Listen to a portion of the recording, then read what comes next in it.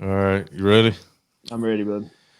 All right, we are joined by Chas Narramore, the women's golf assistant coach at the University of Tennessee, former MTSU standout, and a former touring pro. Chase, it's been a busy day for you. You had to take care of Fat Daddy Maxwell at the golf course today. Just tell us about your match. I mean, it went a hole or two longer than I thought it would, but Yeah, I kind of got off to a little bit of a hot start there. Just made this one club challenge that Hayden came up with is an awesome deal. Just made about a 25 footer on number one. Just kind of shook him a little bit, and then he hit it close on two to like I don't know about 8 or 10 feet, and then I made it from like 15 feet on right in front of him. So it was pretty much lights out after that. I mean, he's one of those guys. I mean, you get in his head early, he's liable to. I mean, just kind of pack it in, isn't he? Yeah, I mean we've only played a couple of times, so that was good to see him and play with him. But it was a fun day. It's always So good to go out on top. yeah. So I mean, for those that don't know, Hayden Eccles down in Knoxville's put together a one club par three bracket, kind of to keep everybody entertained during quarantine. So a lot of Knoxville guys playing in it. Some of our touring pros, Peter Malnati, Scott Stallings, some of our college kids. Chase is in it. He won his first round match today against Lee Maxwell. Who do you think the favorite is, Chase? Other than yourself, You cut out a little bit there, Darren. Sorry, bud. who is the favorite in the tournament other than yourself? That's a tough one. There's a lot of good players. I'm assuming that if Ryan Greer slides by Stalls tomorrow, he would be a pretty good pick. Talk about your. So it's a par three course. What was your strategy in choosing a club? We got the yardages, I guess, a couple of days ago, but I actually went out and watched the Malinotti and Tyler match up before. Got there a little early, kind of scouted the course, but I just picked a gap wedge. It was a club that I could get to all the holes with, and that was just went with that. So for those that don't know you, you grew up in Kingston, went to MTSU, and are now into coaching after trying professional golf for a few years. Just kind of expand on your bio a little bit and talk about how you ended up at the University of Tennessee.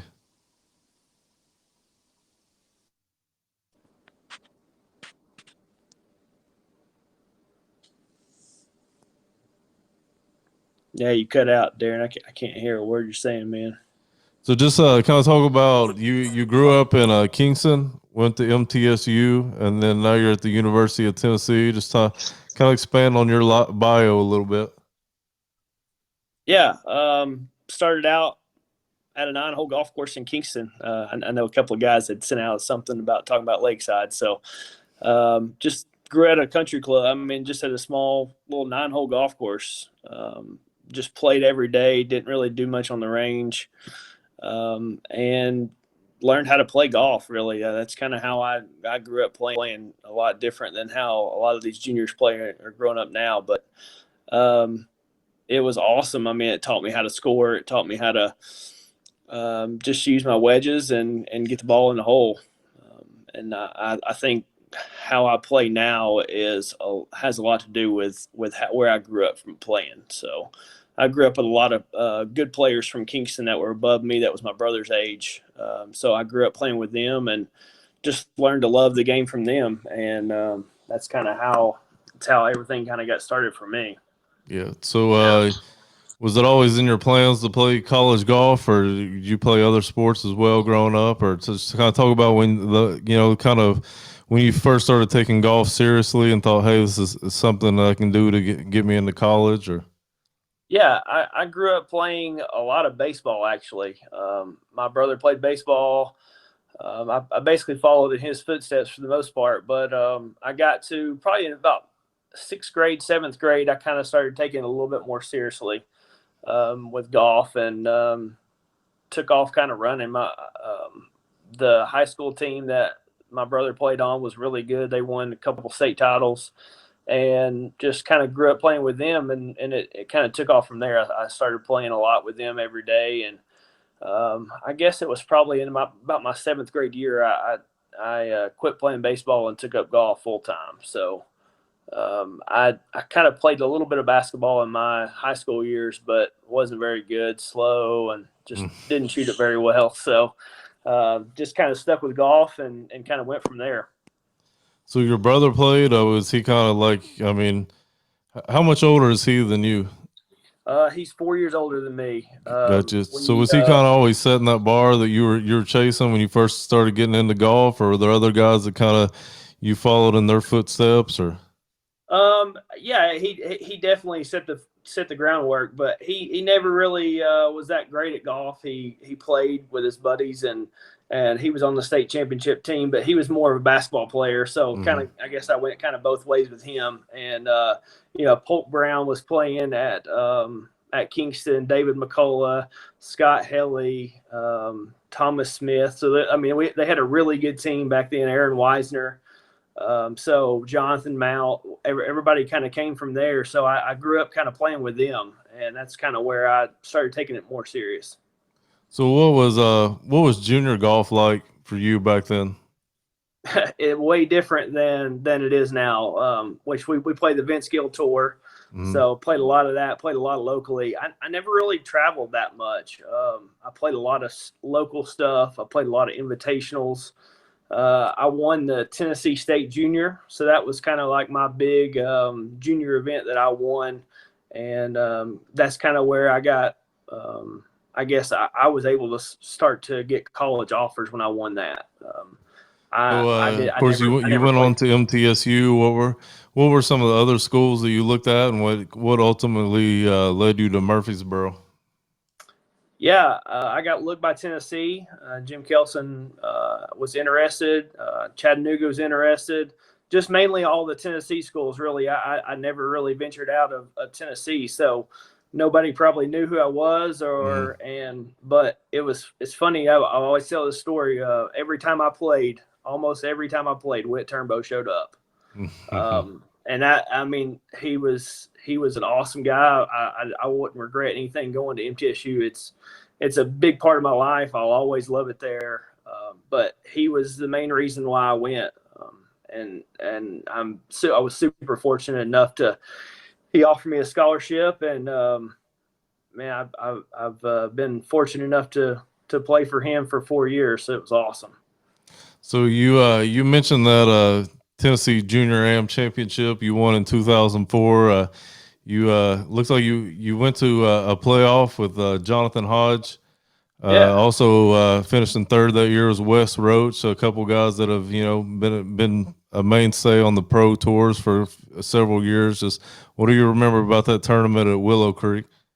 Oh man, it was awesome. I'm pretty sure that me and Jonathan Hodge were playing together in the last round. I think I had like a one-shot lead over him going into 18, and Wes Roach was behind me, which Wes was a couple years younger than me, but that was at his home course at Willow Creek. So I actually bogeyed the last hole at the event, and Jonathan Hodge made par, and we went into a playoff. But I think Wes birdied like 4 or 5 of the last six holes. So he kind of came roaring back after not a great start. But me and Hodge went into the first playoff hole, and I think I hit it in the center of the green, par 5 and 2, and two putted for birdie and got the victory. But those two guys, I played a lot of junior golf with them. Jonathan Hodge growing up, and Jonathan was my age, so I basically played almost every high school round with him. And Wes obviously is a great player. I play with Wes anytime I can around Knoxville, and it's been nice to be able to play with him a little bit more since this breaks happened. But he doesn't get much better than that guy. Yeah. So you went on to MTSU. You were a 3-time All-Conference, and then you were the first golfer in school history to qualify for the NCAA championships. Just kind of talk about your time at MTSU. I know your last year, or maybe your junior year, y'all advanced the NCAA championships. I guess you played with Jason Millard, Kent Buell, just those guys. Just what do you remember about those teams at MTSU? It was awesome. I'd go back in a heartbeat. I met some of my best friends there in college, and it was great. I went there my freshman year and never been really away from home, and obviously it was only a couple hours away, but still kind of getting away on my own. And I don't know what Witt saw in me, but I completely just was not very good my freshman year. And I think I've heard multiple times that my scoring average was almost about 78 or so. So we got threatened a lot. Me and I guess my best friend now, Rick Cochran. We've got threatened a lot of times every tournament that if we kept shooting 80 in tournaments, we were going to be shipped back to Paducah and Kingston. So Whit made that very clear that we needed to get better quickly.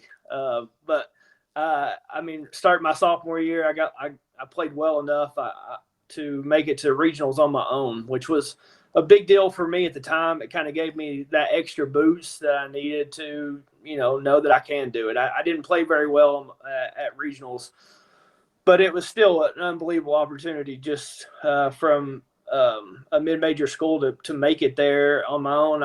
Obviously, I'd have loved for my teammates to go, but I was obviously fortunate enough to get there. My junior and senior year, I mean, we played really good my junior year, which at that point we had me and Rick,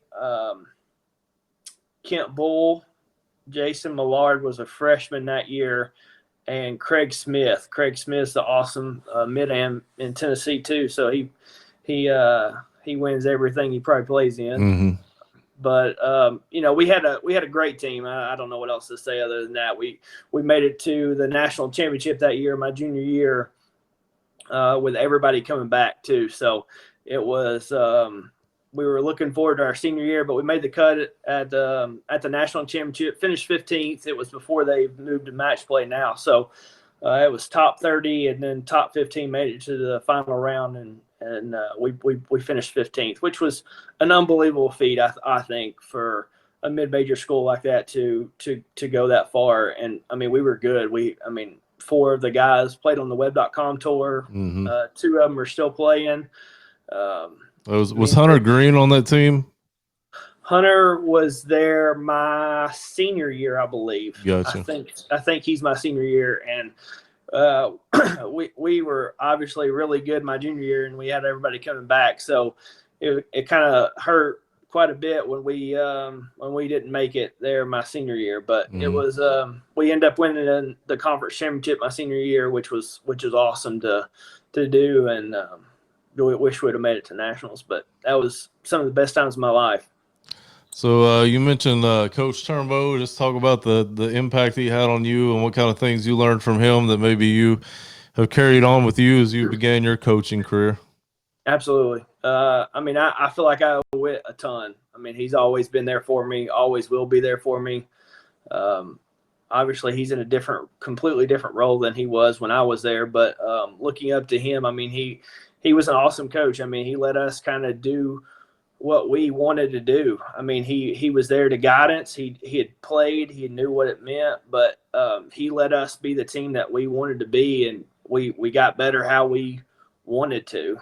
Some of us like to practice, some of us like to play.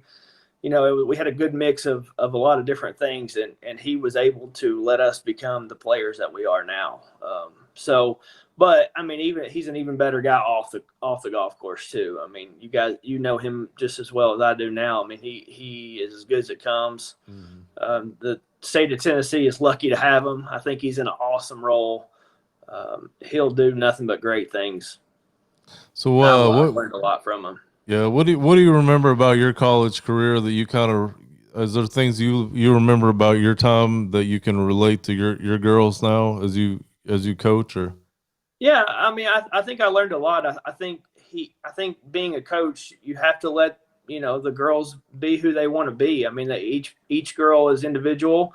That's something I'm kind of learning right now. I'm fortunate enough to be at Tennessee and learning under Judy, and but I'm trying to figure out how to get the best out of the girls, and that's something that I think it varies year to year.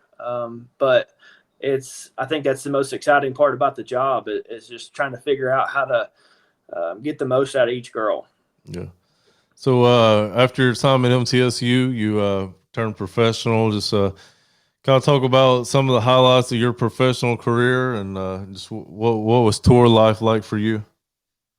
Yeah, I mean it was definitely eye opening. I started out on the Hooters tour, um, played quite a bit on the Hooters tour. I guess started in 2010.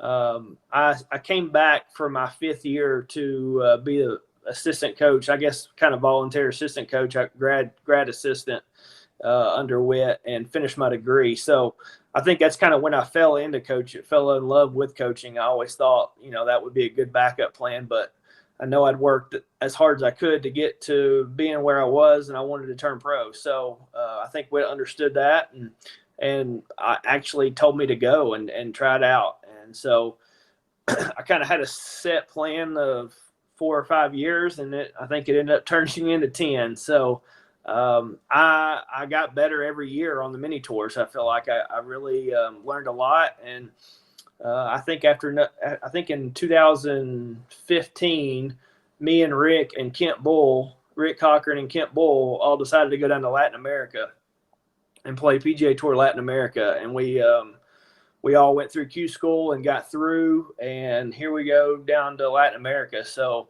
that was a fun time. I learned a lot about myself, and kind of being in a totally different country. I honestly didn't enjoy it very much at all. I probably wouldn't have made it very far if I didn't go down with those guys. And I was basically caddying for Rick almost every weekend because I missed a cut and he played well. So I kind of learned a lot caddying that year. But I came back and went to Q school that year and made it to finals. So I didn't play as well as I'd like at finals, but I had status on the web.com tour and did all the Monday qualifiers. And if I didn't make it in the Monday qualifiers, I played the Swing Thought Tour. So I kind of bounced back and forth. And actually, I think I won the Swing Thought Tour money list that year, which was the old Hooters tour. Yeah. So I played really well, kind of took that momentum into Q school and got through again, got all the way to finals. So how good of a caddy were you? For Rick, I probably wasn't that great. I have gotten the chance to caddy for Stallings for a couple of events, and that was a lot of fun. And but I mean, I think I didn't enjoy carrying the bag as much as I do enjoy like giving the advice and stuff like that. I think that's where I was very good at when I played, was course management and stuff like that. And that's what good coaches are, I feel like, as good course management. So, but I made it through Q school that year and got my card, had a full year on the web.com, which was awesome. It was a very cool experience. I wish I could do it again, obviously. But now I'm a couple years out and enjoying this coaching gig. So, was there a moment? So 2017, you played 21 events on the web.com. I mean, was there a moment or anything where you said, hey, it's time to try something new, or the pro circuit's not going to work out, or? Yeah, I got off to a pretty good start that year, just making cuts. So I was pretty happy with that. I think I made like 5 out of the first 6 cuts. And then I just kind of came to a screeching halt, and I played 13 out of 14 weeks to finish the season off, and then had to go right into Q school. And I missed almost every one of those cuts. I think I made maybe 1 or 2 in that stretch. And I was literally just not enjoying golf at all. Went to Q school and didn't play well. And, but I knew I had became a really good ball striker and thought I could just out hit people, and I just didn't putt it very well, and didn't putt it well enough to keep my card, and I just I played 1 more year after that, and then I gave it up. So was coaching always in the cards for you, or I mean, was that something you always planned on doing once your pro career was over? Or? I mean, I always thought that was a good backup plan. I really did. Now, when I was playing, I didn't think anything about coaching. Even when I was on the web.com tour, missing those cuts. I really didn't think about coaching. Didn't really think about coaching till I was married for a few years, and we started to want to have a family. Mm-hmm. And on the mini tours, it doesn't go well with having a little one and Yeah. married and traveling. And I just wanted to provide for my family, honestly. And that kind of took a different role. Golf kind of took a back seat to it. And here, lo and behold, we got pregnant. But I mean, I enjoy this life just as much as I enjoyed the last one. So it's this is an awesome role that I'm in now. I'm getting to spend way more time with my family, and getting to spend time with Cooper, which is awesome. And I can't think of a better way to what to do right now. Yeah.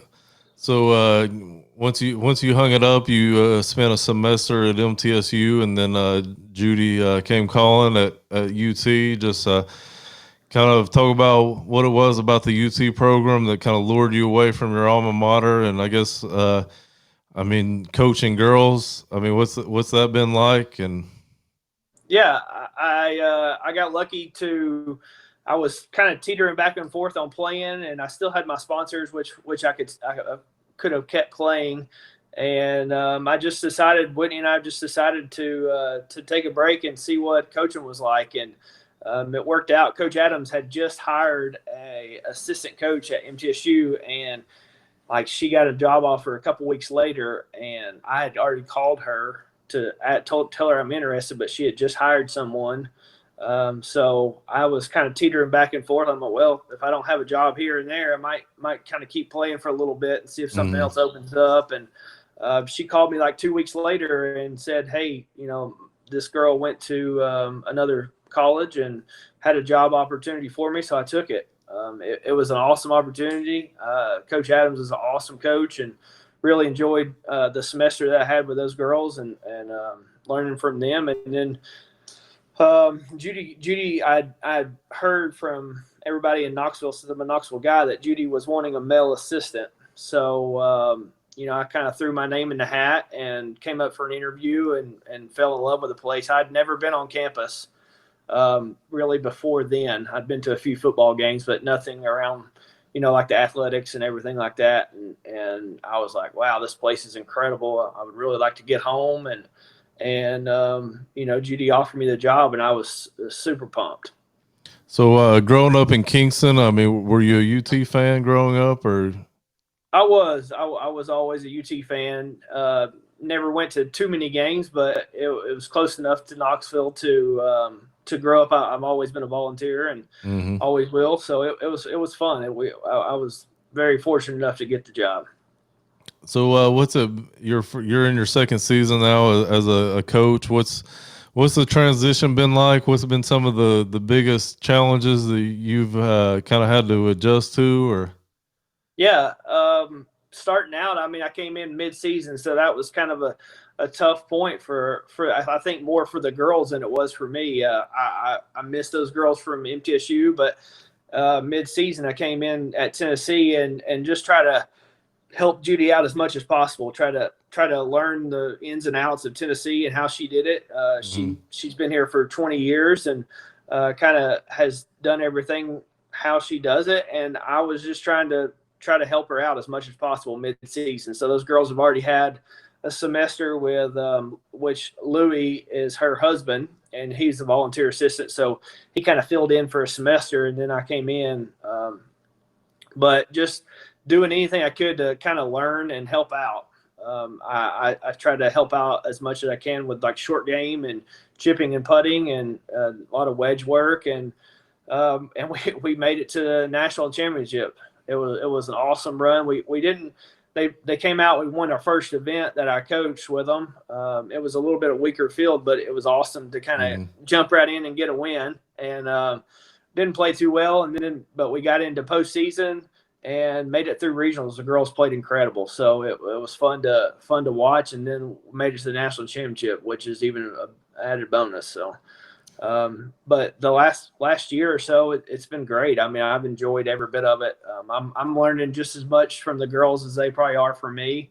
I hope to help them out as much as possible and get them to either to the next level or whatever they were wanting to do. So, What do you feel like you've learned most about yourself as a coach so far? That I was definitely way too hard on myself when I was playing. Yeah.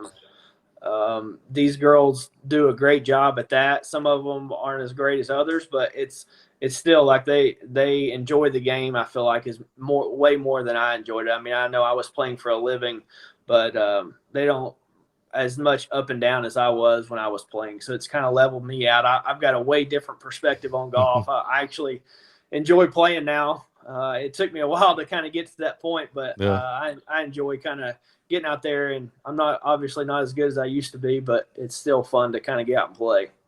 So what's it just like, being part of the SEC? It seemed like on the women's golf side, I mean, there were so many good teams and so many good players here, and I feel like the SEC tournament could have been wide open this year had it been played. Just kind of what's it been like for you being a part of the SEC?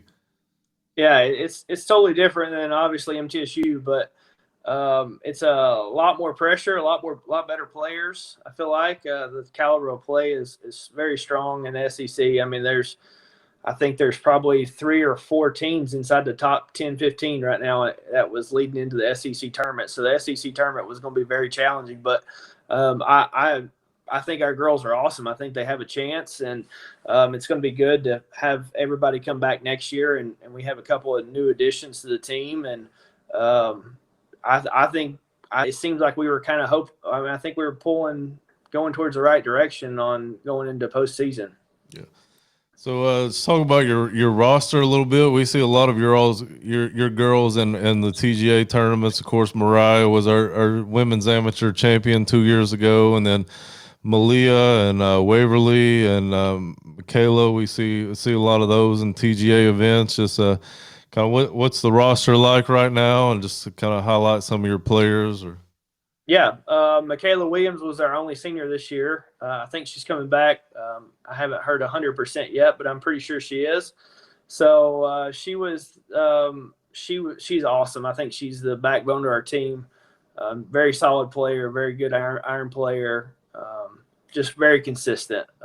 We had a freshman come in, Nicole Whiston from California, which is Waverly's sister. She came out in the fall and just killed it. I think she was in the top 50 in the country as a freshman. So that she was made the championship of the girl U.S. Junior last year, or maybe the semifinals. I think she she made it to the semis. Yeah. So she played really well and came in the fall and was the number one player on our team. I mean, she came in, played really well, she kind of set the tone for these girls. I mean, I think she came in, kind of practiced a lot harder than a lot of the other girls, and kind of pushed them to be better players. And that's kind of what we're wanting to do. And we got Mariah Smith, which is an awesome.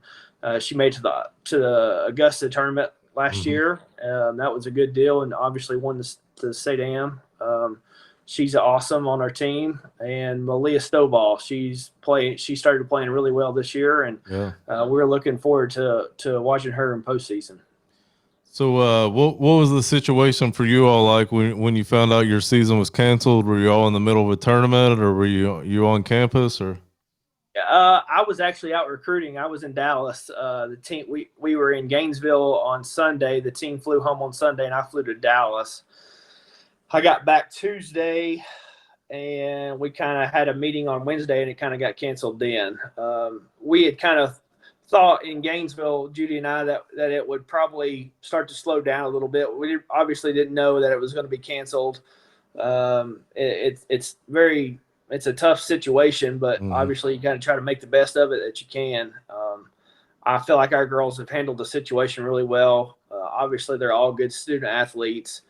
So the schoolwork hasn't been that bad for them. It's just tough when you're a team and you're not a team. You know, you're kind of at home. Everybody's at home. You can't really practice together, and I think that's kind of been the hardest part for everybody. Is just kind of not being a part of a team. So do you communicate with the girls during this time, or is Judy handling most of that, or? We kind of do a little bit of both.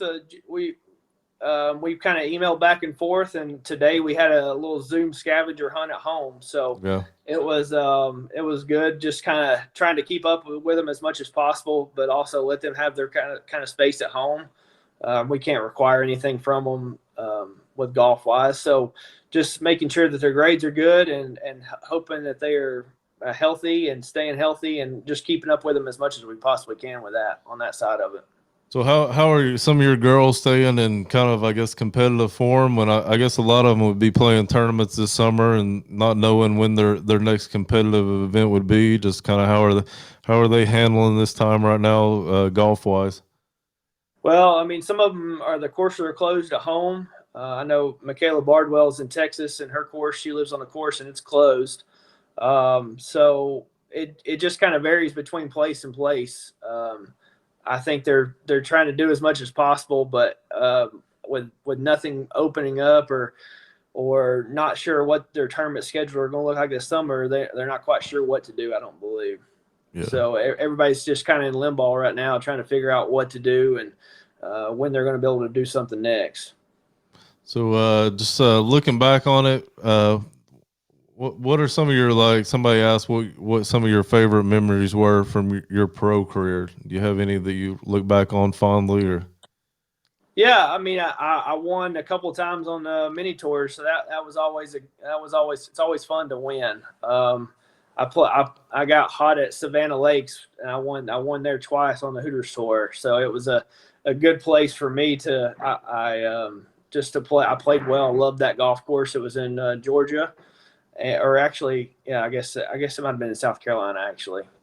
But it was an awesome event. You get to stay on site at all these host families, and I think that's where I like the most too. Is I've met a lot of good people along the way, staying at host families as much as possible, and trying to save investors money. And I still stay in contact with a lot of those people up until this day. So that was probably my fondest memory though. Winning is winning.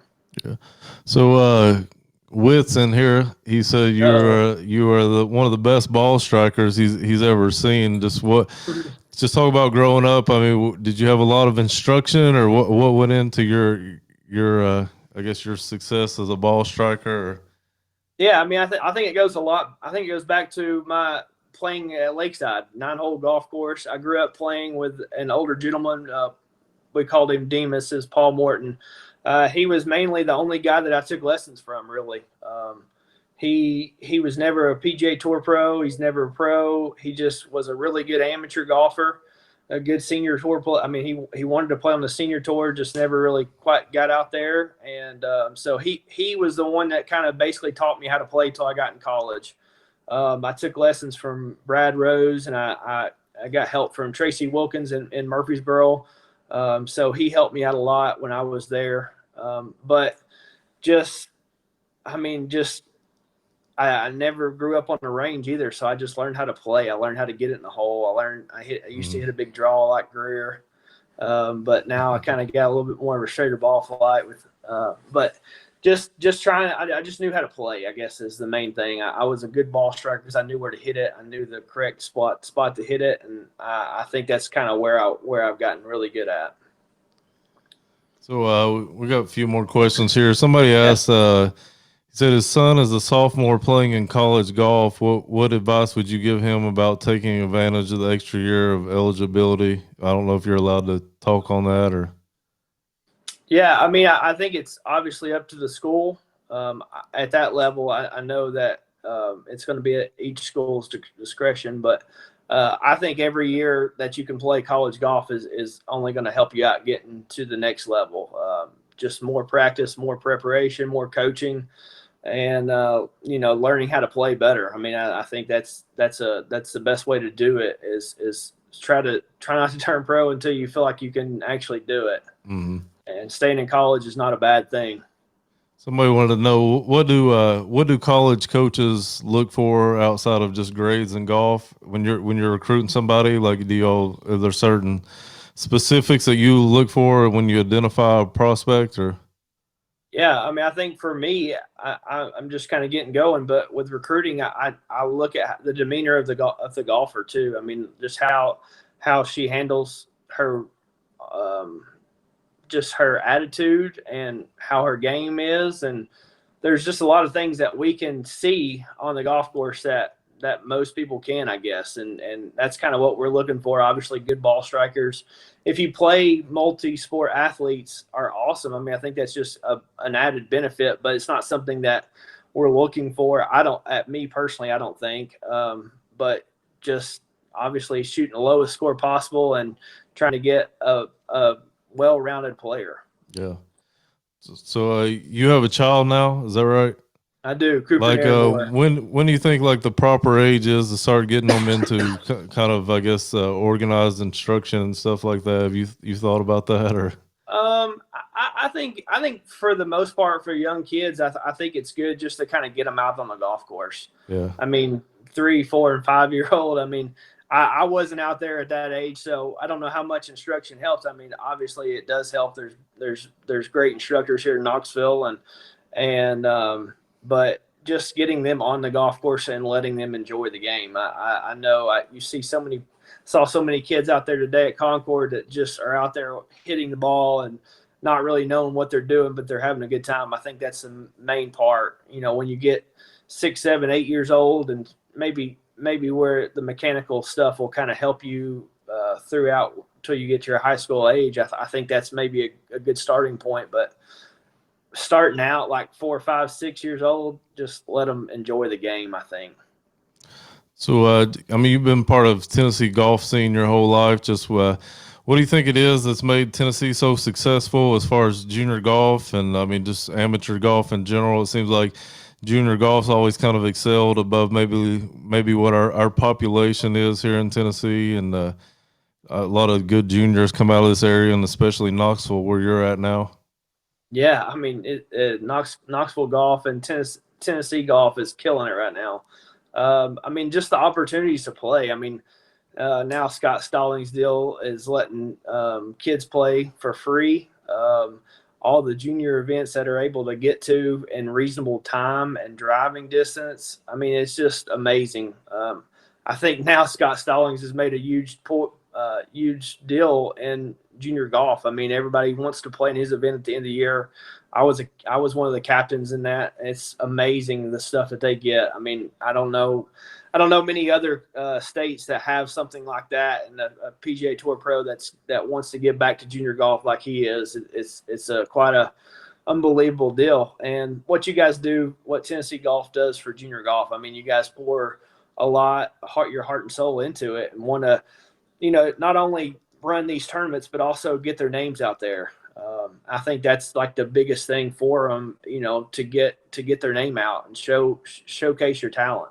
I think you guys do a really good job of doing that, and I don't know what kind of platform you use, but I think it's awesome. I think you guys do a great job.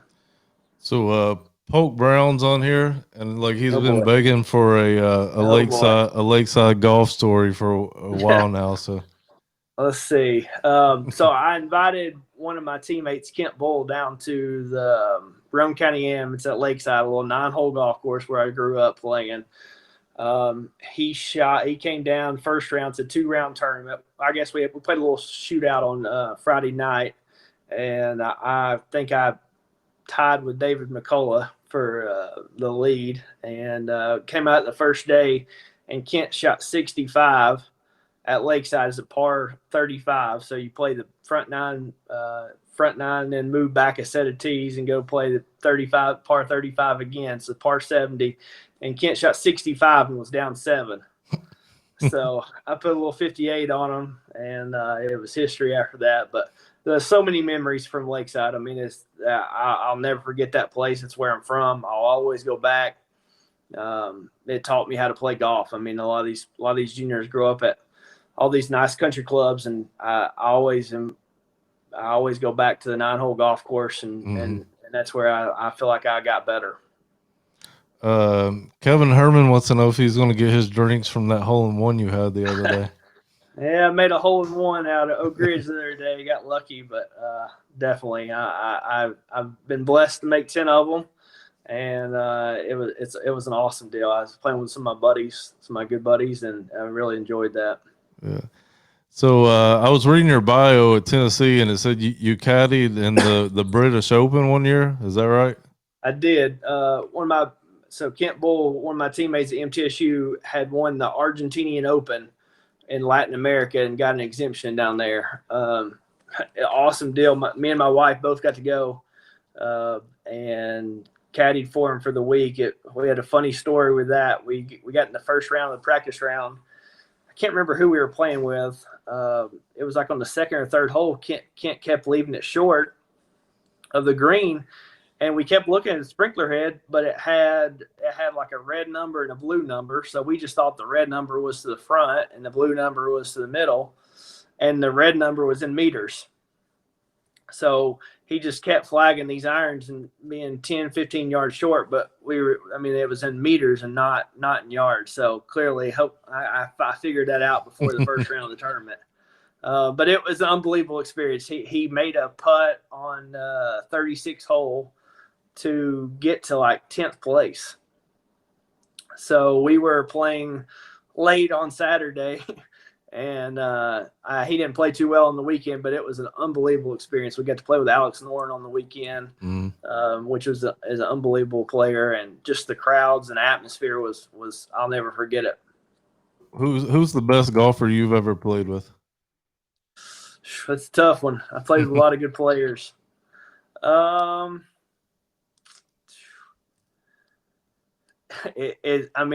Obviously Scott Stallings is an unbelievable player. He's one of the best ones I've ever played with. Wes Roach, one of the guys that has probably some of the best talent that I've ever played with is Jason Millard, which is one of my old teammates. He's on the web.com, hasn't made his PGA Tour card yet, but he stripes it.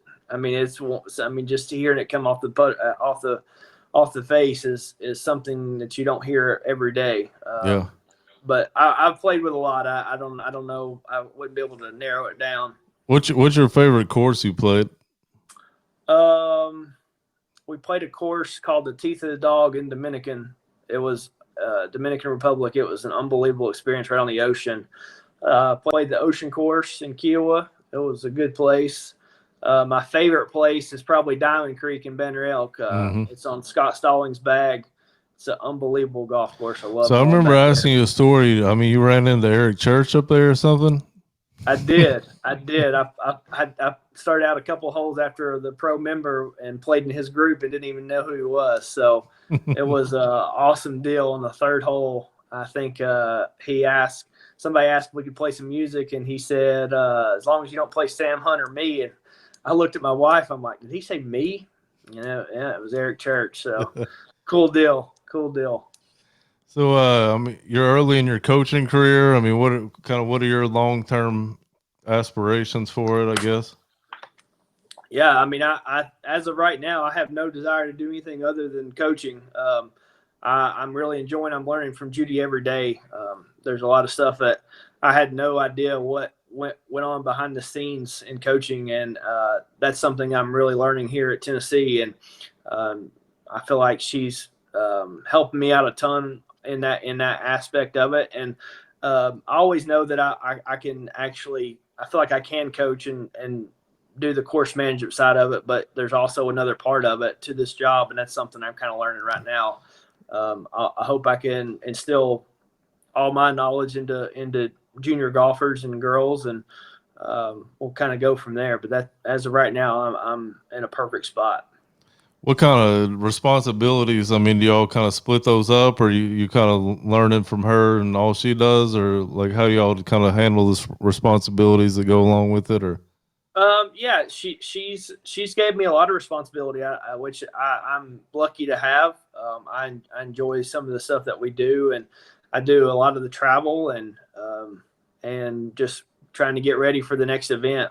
And that's kind of what I kind of do in recruiting. I do a lot of recruiting, and we kind of split recruiting 50-50 traveling wise, but I kind of make sure the mailing stuff goes out and all that to recruit. So that, I think the recruiting aspect of it is awesome. I think it's a fun part of it, and kind of getting girls on campus and showing them what we have at Tennessee. I mean, it's the facilities that we have are, I mean, I don't know anywhere else that has better facilities. I mean, with the clubhouse that we just got, and Yeah, that's what I was going to ask you. The day practice facility out there on the river. Just your thoughts on that, and just when you first saw it. And I mean, of course, I guess you didn't have anything like that at MTSU back in the day, but no, it seems like a lot of colleges are, making those kind of upgrades to the golf program these days.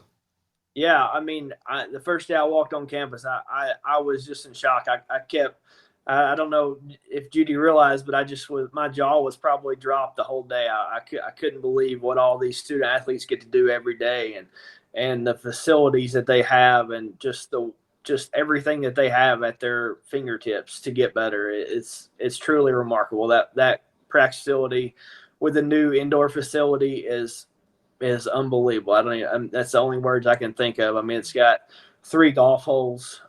It's got a huge range with a big teeing area. It's got bent greens. It's got Bermuda greens. It's got What's chipping your favorite greens. part of the building?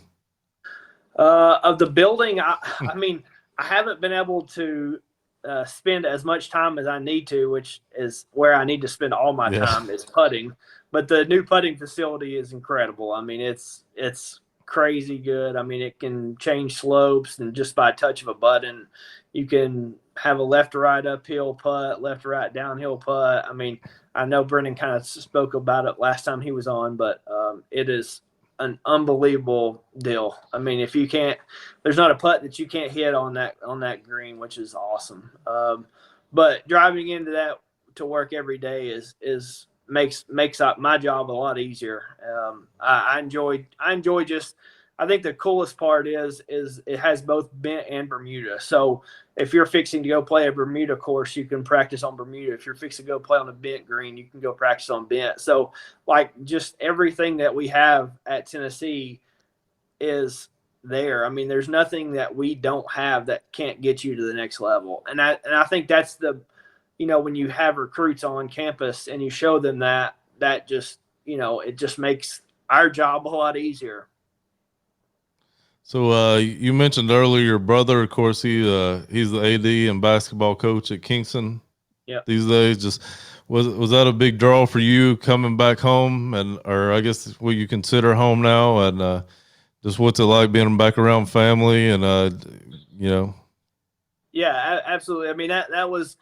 I mean, Tennessee's obviously the biggest draw of it all with the job and everything, but moving closer to family is what I've always wanted to do. I've always kind of wanted to get back closer to family. I'm a family guy. Both Whitney and I are both from Kingston. We were high school sweethearts, so our families grow up a mile and a half apart. So that part of it's amazing. My brother has 2 kids that I love just as much as my own. So it was awesome to kind of get back closer to them. He's got I think they're 7 and 5. They're probably watching, so I hope I got that right. Yeah. But they're awesome kids. I'm getting to watch them play basketball and during this winter, and just getting to hang out with them is just an added bonus to this job. Have any of the coaches on campus asked you for any pointers or tips since you've been there? Or? I have not gotten asked for pointers or tip yet, but hopefully it's coming. We kind of, when we moved out to the facility, we don't get to see as many right. Coaches as we would like, but it's I'm sure they'll be out there soon. So I guess as far as your competitive golf, you still find ways to kind of keep the competitive fire going, or in the future, do you foresee yourself, playing in tournaments or? Yeah, I actually applied for my amateur status back. I get it back June 1. So looking out for these mid-ams. I'm coming after them, but I don't get to play as much as I would like, but it's fun to kind of get out and play. And I'll probably play some 4-ball events this summer. I'll have to carry Greer around for a couple of events. I got asked to play in the 4-ball at Tennessee with Derek Randy, old team, a good buddy of mine from Chattanooga. So he just got his AM status back too. I mean, he just got his back. I told him I'm just going to sit in the cart and have my pom-poms out and watch him beat everybody up. And if he needs me, I'll kind of sub in. But I really just want to have fun with it. I'm not right now. I'm not interested in playing any individual tournaments to kind of, make it anywhere. I just want to have a good time and enjoy playing again. Really, I think Yeah. 4 balls will kind of be more my style for a while. There you go. So before we let you go, somebody asked for a young girl out there that had dreams of playing at UT or anywhere else. What advice would you give them? Yeah, I mean, just play as much as you can. I think that's the way that we can kind of see how well you were playing, is seeing your scores. Uh, Hopefully we'll start having some camps here soon to kind of get that going. We've had one since I've been here, so hopefully we can kind of start that up and just play as much as you can. Stay in contact with the coaches. Send them as much stuff as you can. Send them updates. We can't always reply depending on the age, but just kind of making sure that they are seeing your name daily and or weekly or whatever it might be. But just enjoy and play hard, and I think everything else kind of takes care of itself. Short game I think, is one of the most important things on the women's side, is being able to chip and putt and wedge it. That's where I've seen most of our girls get better at, and I think that's where the most important role on the women's side is I feel like a lot of them hit it fairly straight for the most part. The courses aren't terribly long, but just kind of getting the ball in the hole, really. Kind of how I grew up playing, is just playing a lot. Obviously instruction is very important, and seeing your local pro, but also kind of making sure you're on the golf course and learning how to play. Gotcha. That's kind of my advice. Good deal. Well, we appreciate your time, Chase. Congratulations on your big win today over Fat Daddy Maxwell, and I'm sure I'll be seeing him around the summer sometime. yeah, hopefully we'll get on the course soon and see you in the state 4-ball out at Foxden. And if we can ever do anything for you, then just holler at us and let us know. Yeah, thank you, Big D. You're doing an awesome job with these, man. Thanks for having me on. See you, buddy. Have a good evening. See you.